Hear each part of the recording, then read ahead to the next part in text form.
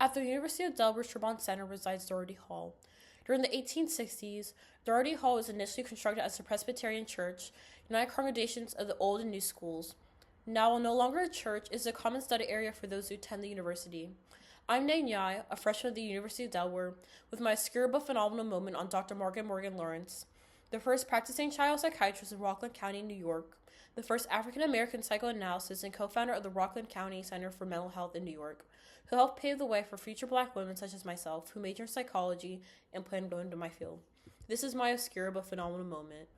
Born on August 19, 1914, Dr. Margaret Morgan Lawrence was the second child to a couple, Mary Elizabeth Morgan and Sandy Alonzo Morgan, a school teacher and Episcopal priest in Vicksburg, Mississippi.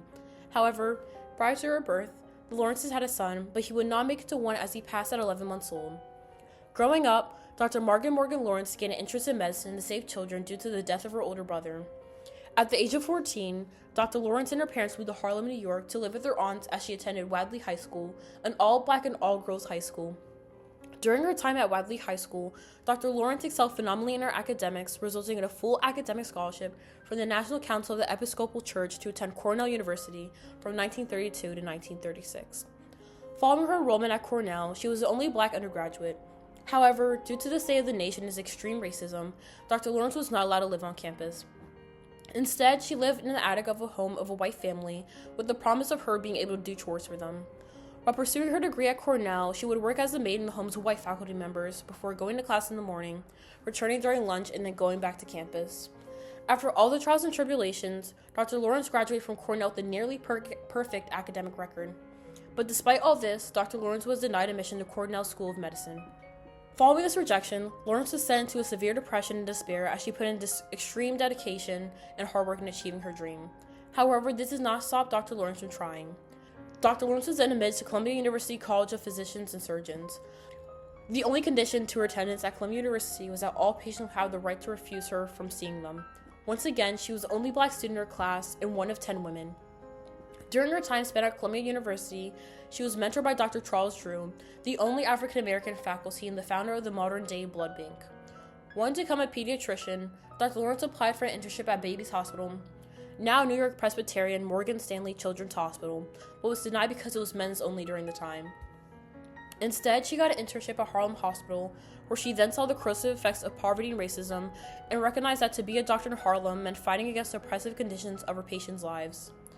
During her internship, she recognized the correlation with physical illness and community health, seeing the effects that racism and poverty had on people, which led to a realization that she were to be a doctor in Harlem, she also had to fight against the oppressive conditions her patients may experience or be in. Dr. Lawrence then enrolled into the Columbia University Mailman School of Public Health and pursued understanding the connections among history, culture, and disease. From seminar to Dr. Benjamin Spock, she became more and more interested in child psychiatry. Then, in her second year of medical school, Dr. Margaret Morgan Lawrence married Charles Radford Lawrence II, a teacher who soon became a sociologist, a political activist, and a leader in the Episcopal Church on June 5, 1938, with her getting her degree soon after. The newlywed couple then moved to Nashville, Tennessee, as their jobs prospects discouraged their first expected child. Both the Lawrences got their job there soon after, with Dr. Margaret Morgan Lawrence getting a job teaching preventive medicine and pediatrics at Mentoring Medical College, the first medical school in the South for African Americans during World War II, making her the only woman of color on the medical faculty. In the 1940s, presumably 1946 to 1947, the couple moved back to New York with their now 3 children, Sarah Lawrence Lightfoot, Paula Lawrence Wilmer, and Charles R. Lawrence III, so that Dr. Margaret Morgan Lawrence would pursue higher education and training in psychiatry. After applying for residency in 1947, she became the first African American to be admitted to the New York Psychiatric Institute, then called Columbia Psychiatric Institute. She additionally got a fellowship at Baby's Hospital and a certification in psychoanalysis at the Columbia Psychoanalytic Center, making her the first black trainee. In 1953, Dr. Lawrence moved to Rockland County, New York, where she became the first practicing child psychiatrist in the county, with her therapy focused on playing and artwork. In one case in particular, Dr. Margaret Morgan Lawrence utilized playing with a dollhouse and dolls to help a 4-year-old boy overcome his trauma from seeing his mother being assaulted. Dr. Lawrence saw helping others as a privilege and was determined to help others overcome their trauma. In 1963, Dr. Lawrence returned home to Harlem, becoming the head of the Developmental Psychiatric Service while additionally being an associate clinical professor of psychiatry at Columbia University College of Physicians and Surgeons, which she worked in for 21 years. Throughout the 70s and 80s, she wrote and published 2 books on treating children with mental health issues and parents, titled Young Inner City Families, written in 1975, and Subject of Balm and Gillen, Journey of a Healer, written in 1988. Dr. Margaret Morgan Lawrence would officially retire from both positions in 1984. However, she would continue to see patients until she was 90 years old.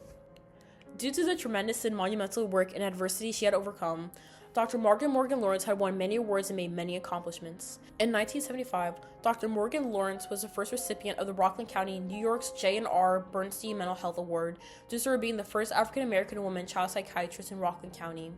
In 1992, Cornell University awarded Dr. Lawrence its Black Alumni Award. Additionally, while not an award nor accomplishment, in 2008 she received a letter from Frank R. T. Rhodes, a former president of Cornell. Within the letter, he apologized for discrimination, assaults, and racism she has suffered while at Cornell. In 1998, Dr. Margaret Morgan Lawrence received an honorary doctorate of human letters from Berkeley Divinity School at Yale University. After all of Dr. Margaret Morgan Lawrence's hard work, she lived a very quiet life in regards to her personal life. However, at the age of 105, Dr. Margaret Morgan Lawrence passed away on December 10th in Boston, Massachusetts, due to natural causes. Dr. Margaret Morgan Lawrence's work and legacy carry on throughout her children's work, with Sarah Lawrence Lightfoot becoming a sociologist, her other daughter Paula Lawrence Wilhelmer becoming an educator and Episcopal priest, and Charles R. Lawrence III becoming a professor of law. Dr. Margaret Morgan Lawrence's and her work, dedication, and passion helping others overcome their trauma, specifically children, was such a pivotal moment in history for African Americans, as she proved that even in the face of adversity and hate, you will still be able to achieve your dreams.